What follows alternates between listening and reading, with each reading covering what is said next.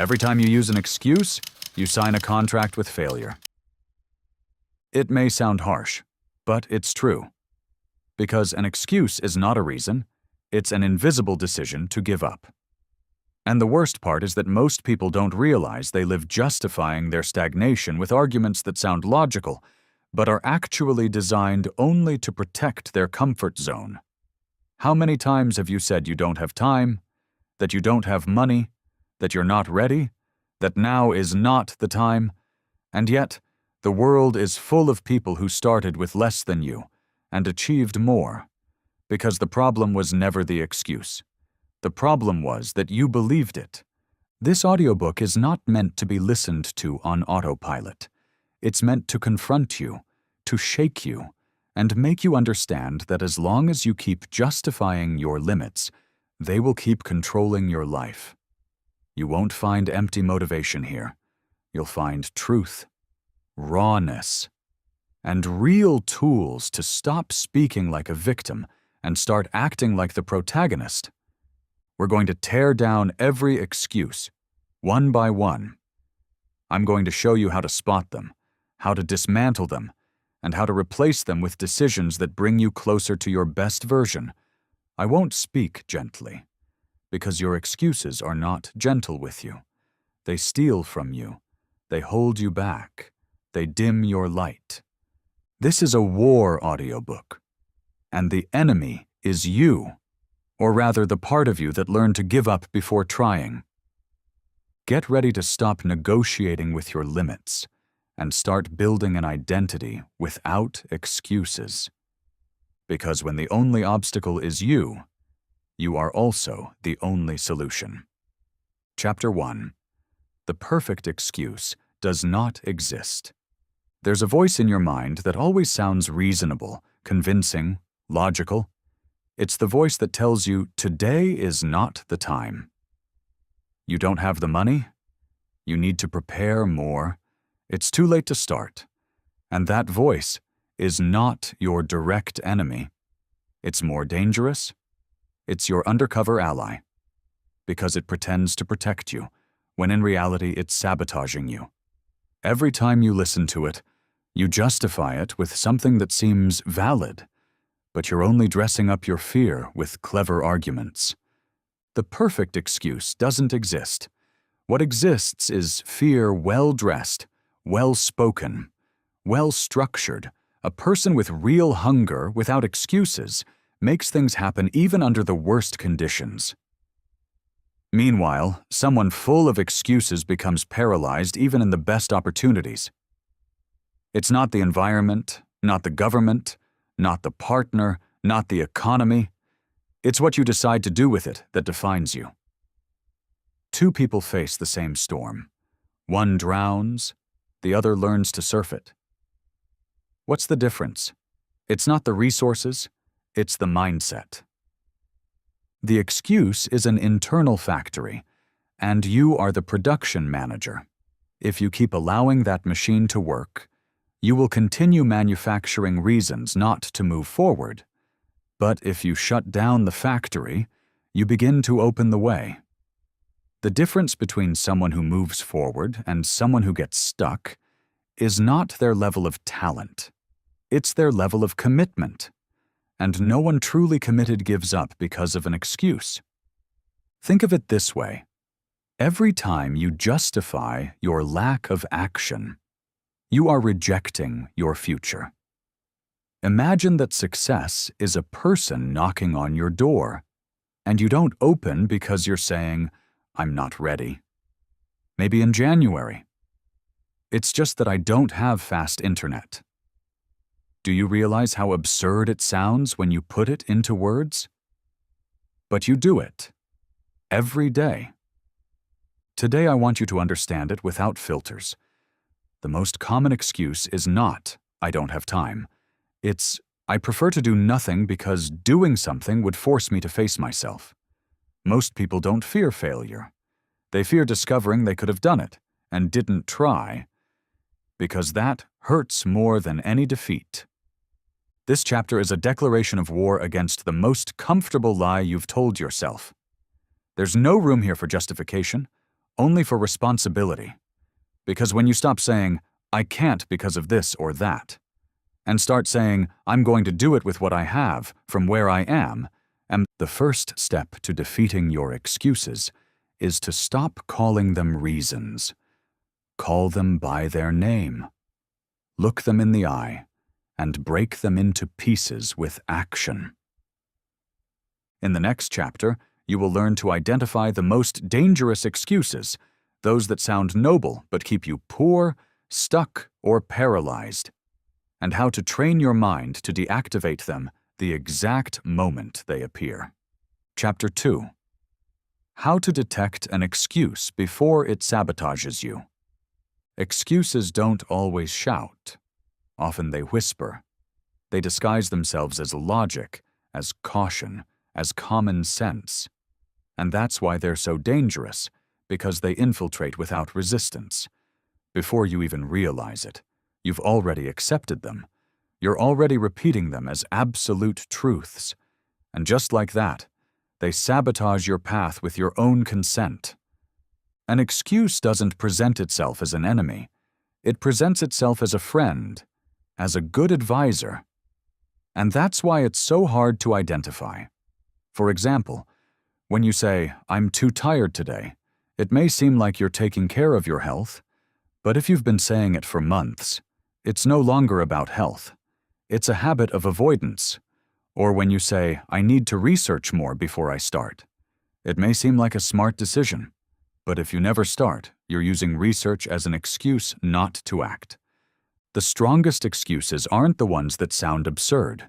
They're the ones that sound intelligent. One of the most common is, I want to do it perfectly. It sounds like excellence, but many times it's just fear of making a mistake, of criticism, of judgment, and you end up postponing everything that matters while hiding behind perfection. The most effective way to detect an excuse is to ask yourself, does what I'm saying bring me closer or further away? Because everything that doesn't move you forward holds you back. And anything that holds you back, no matter how nice it sounds, is an obstacle, even if it comes with an elegant justification.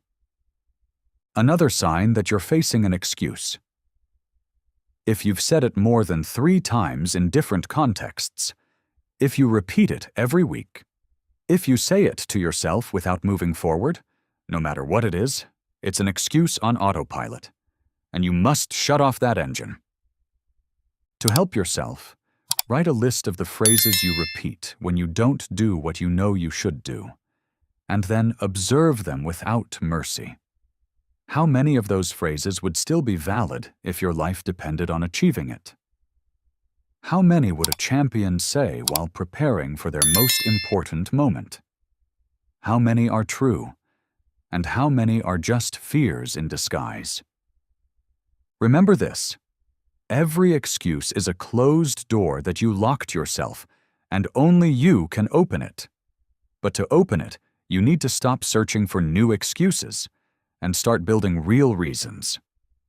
In the next chapter, I'll teach you a powerful mental technique to stop the chain of thoughts that feeds your excuses and how to replace it with a clear command to your brain that triggers instant action, even when you feel no motivation. Chapter 3. The formula to destroy an excuse in 5 seconds. Excuses gain power when you overthink, because every second you hesitate is a second your brain uses to build arguments in favor of inaction. That's why it's not about thinking better, but thinking less and acting faster. Time is the soil where excuses grow. If you close it off, they have nowhere to take root. The technique is brutally simple, but effective. Countdown, 5, 4, 3, 2, 1, action. Don't let your mind have time to debate, because if you give it space, it will try to protect you, avoid risk, postpone the uncomfortable, and all of that comes at a cost. Your future. The principle behind this technique is biological. Your brain has 2 modes, rational and instinctive. When you overthink, the rational kicks in, and with it come all the doubts, justifications, fears. But if you act before overthinking, the impulse takes control. And then you move without blocking yourself. Is it hard for you to wake up early? Don't think about it. 5, 4, 3, 2, 1, get up. Is it hard to make that important call? 5, 4, 3, 2, 1, dial. Are you afraid to publish that video, start that project, speak your mind? 5, 4, 3, 2, 1, do it. The key is to not allow your mind to sneak in with rational excuses while you simply move. There's a story about the ancient Spartans. When they went to war, they carried no supplies for retreat. There was no plan B, only one path: forward. That's the mindset you need to install in seconds, because when you give yourself a clear and quick command, with no room to back out, your whole body aligns with the action. Next time your mind wants to negotiate, respond with logic, or build an elegant excuse, don't debate, don't analyze, just breathe, count down, and act like your life depends on it, because many times it does. In the next chapter, you'll learn how to design a routine so simple your mind can't reject it, and how to chain small actions so that change feels inevitable, even on bad days. Because if you don't design your habits, your excuses will do it for you. Chapter 4. How to create habits that defeat your excuses. Big changes don't come from big decisions, but from small actions repeated in silence. Because the real enemy is not lack of willpower, but excess complexity. When something is hard, your mind looks for excuses. When it's simple, it has nothing to hold on to. That's why, if you want to destroy an excuse, give it nowhere to hide. Design a habit so small, so ridiculously easy, that even on your worst day, you can do it without negotiation. Want to start reading? Start with a single page. Want to start exercising? Do one push-up? One squat? Whatever it is. But make it so easy that you can't say no. This principle is called the minimum viable action, and it's the tool used by athletes, entrepreneurs, and highly disciplined people, not because they're motivated every day, but because every day they keep a micro-agreement with themselves that is never broken. Every habit starts as a brick, and each day you place it, no matter how small, you're building an invisible wall that protects you from mental sabotage. But if you leave a gap, an excuse gets in, and excuses rarely come alone. There's a story about a Japanese writer who promised to write at least one line a day, just one. The trick was so effective, he ended up writing over 20 books in 10 years. Why? Because starting is harder than continuing. And if you reduce the friction at the beginning, you've already won half the battle. Make your habit not need motivation, only automatic execution. Place the book on the table, leave your shoes ready the night before, set the timer on your desk, remove any point of friction before your mind uses it as an excuse, because if you allow it, it will. And if you fail one day, don't fail two. Because the second day is where the pattern begins. It's not the mistake that destroys the habit, it's the repetition of the mistake. Remember, excuses are builders of ruins, but habits, no matter how small, are builders of empires. In the next chapter, I'll show you how to dismantle one of the most common and dangerous excuses, and how to use a 10-minute technique to make progress even on the most chaotic days. Because it's not lack of time, it's lack of decision. Chapter 5. How to destroy the "I don't have time" excuse. The most popular excuse in the world isn't "I can't," it's "I don't have time." And the funny thing is, it's used by both those who do nothing and those who want everything. But there's a brutal truth that nobody wants to admit. If something doesn't have a place in your day, it's because it doesn't have a place in your priority list. We all have the same 24 hours. What changes is what we choose to protect within them, and what you leave out dies. That's why, if you don't schedule your dreams, the world will schedule excuses for you. Pointless meetings, social media, other people's tasks, distractions disguised as urgency. There's a story about Warren Buffett and his personal pilot. The pilot confessed he had a list of 25 goals. Buffett told him to choose the 5 most important, and then told him to avoid the other 20 at all costs, because they were the ones most likely to distract him without seeming like it. The same thing happens with your time. It doesn't slip away completely. It disguises itself as things that are kind of important, kind of urgent, kind of necessary, and in the end, they steal your whole day. The antidote is brutal but simple. Block out a fixed time, even if it's just 10 minutes, and defend it with your life. It doesn't matter if you're tired, if your schedule is packed, or if you think that little time is worthless. Those 10 daily minutes can turn into 60 hours a year dedicated to you. And do you know what you can build in 60 hours? Anything. A song, a brand, a stronger body, a new skill, a more disciplined mindset. 10 minutes a day won't make you successful tomorrow, but they will make you unstoppable in a year. If you say you don't have time, but spend an hour a day on your phone, time is not what you lack. It's truth. And if you're waiting to have free time, you'll never start.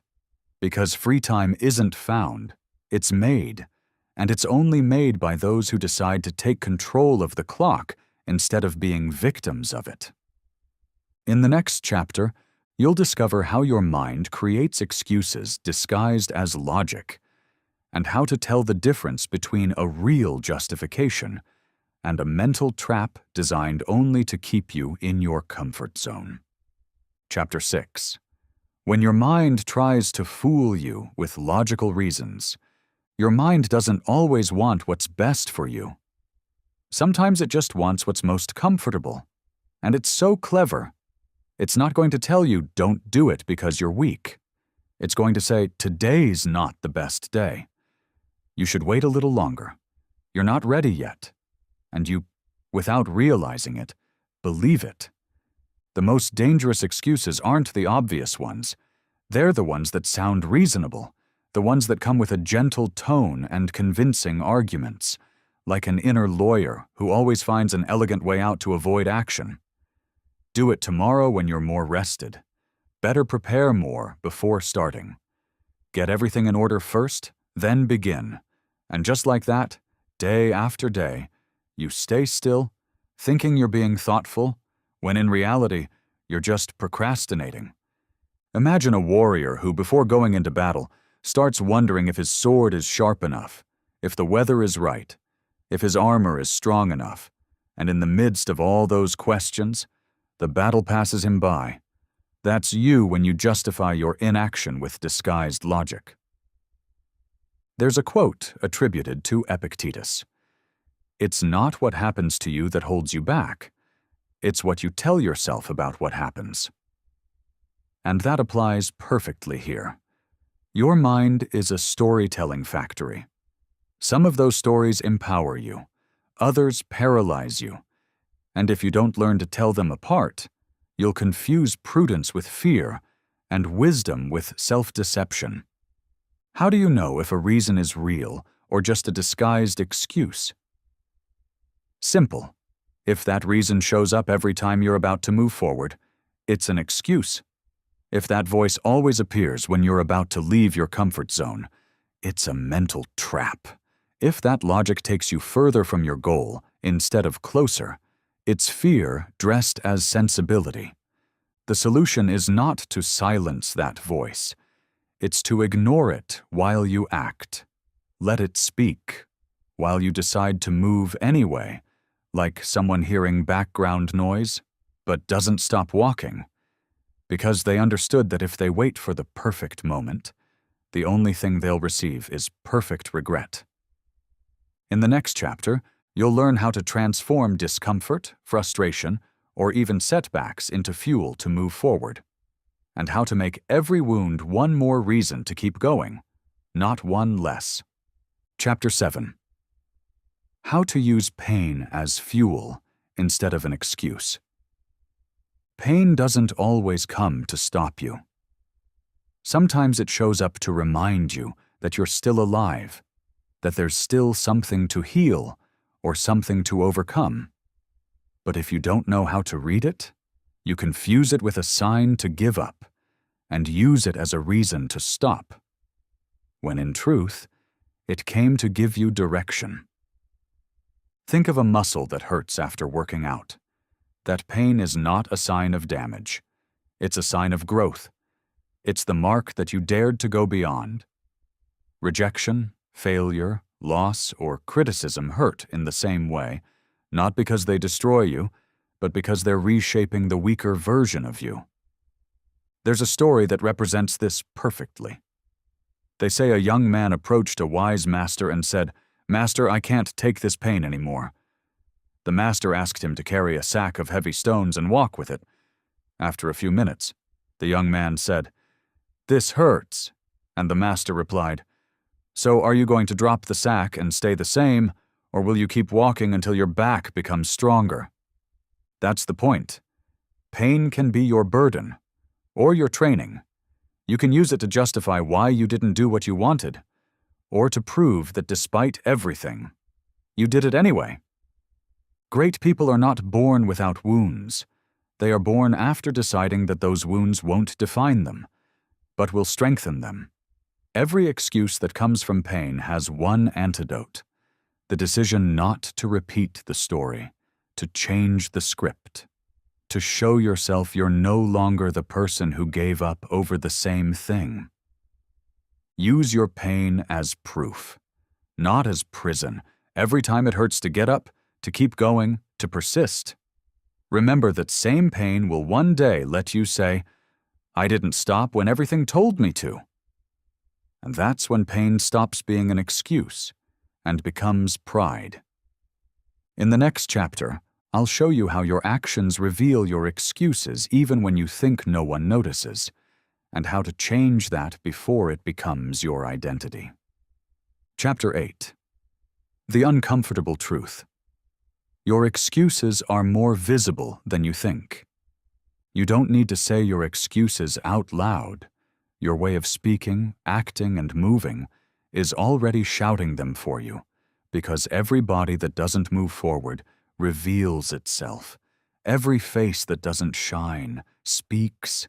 Every habit you repeat shows that behind it there's an excuse disguised as a reason. Do you know someone who always says they're going to do something, but never does? At first you believe them, then you just listen, later you tolerate it, and in the end, you simply stop taking them seriously. The same thing happens within you. Your mind registers every time you postpone, every time you justify, every time you repeat a pattern, and it starts to stop trusting you. Excuses carry a vibration. And even if you think you're fooling the world with your words, your energy has already said it all. There are people who present themselves as dreamers, but their body vibrates resignation. Some promise change, but their eyes show no fire. Others swear they'll make it this time, but remain seated waiting for motivation. The uncomfortable truth is this: if you do nothing, it shows, and if you do little, it shows too. The problem is that you've gotten used to living as if no one notices, as if you could keep hiding in the fog of your own justifications. But this isn't about what others see. It's about what you allow, because every excuse you repeat installs itself as an unconscious command. There's a mirror that never lies, and it's not the one in the bathroom. It's the reflection you see in your life, in your results, your relationships, your level of peace or frustration. That mirror tells you exactly how much space you've given to your excuses. And if you don't like what you see, don't complain. Change it. Break the cycle where your mind creates excuses faster than you act, and start sending a clear signal with every step you take. Because when your actions speak louder than your words, excuses are left without a microphone. In the next chapter, you'll discover a direct and powerful guide with the rules followed by those who overcome their excuses, so you too can live by a code that doesn't allow you to go backwards. Chapter 9. The Manual of Those Who Never Give Up. There are people who seem to have something different, a steadier gaze, a more determined step, an invisible strength that holds them up when others fall.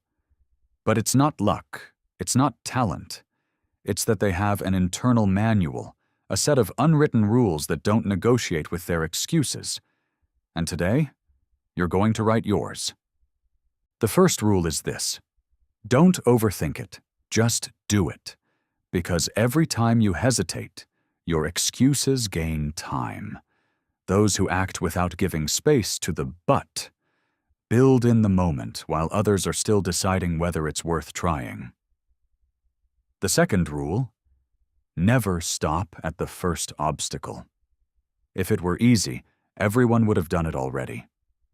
And if they haven't, it's because it requires more than most people are willing to give.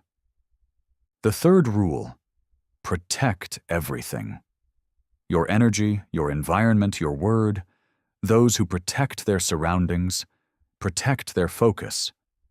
Those who protect their word, protect their destiny. If you say you're going to do something, do it, not for others, but for your inner credibility. The fourth rule: pain is not your enemy. It's your test. If it hurts, it's because you're breaking through the barrier of your old self. And that's a good thing. And the last rule: never go back out of fear. If you've already walked, if you've already suffered, if you've already learned, don't return to the starting point out of nostalgia, insecurity, or comfort. Keep going, even if you don't see results yet, because sometimes success is hiding behind the very next attempt you were about to abandon. This is your new code, a personal manual that doesn't need to be written on paper, but in actions, in daily decisions that show this time is different, that you're not going to negotiate with what makes you weak, that you won't tolerate the excuses that once controlled you, and that your life, from now on, moves under different laws, yours, the laws of someone who doesn't give up. You no longer have excuses, and you don't need external motivation either. What you have now is a clear path, an internal manual, and the certainty that real power doesn't come from what you think you're going to do, but from what you do without justifying, without applause, without validation. This is not just the end of an audiobook. It's the beginning of a new stage, where you stop being your obstacle and become your greatest ally, where every decision reflects that you no longer need anyone else to understand, because you are crystal clear. Repeat this book whenever you need it. Write it into your routine, into your hard days, and into your good days, so that the inner enemy never speaks again. Because now, the one in charge is you.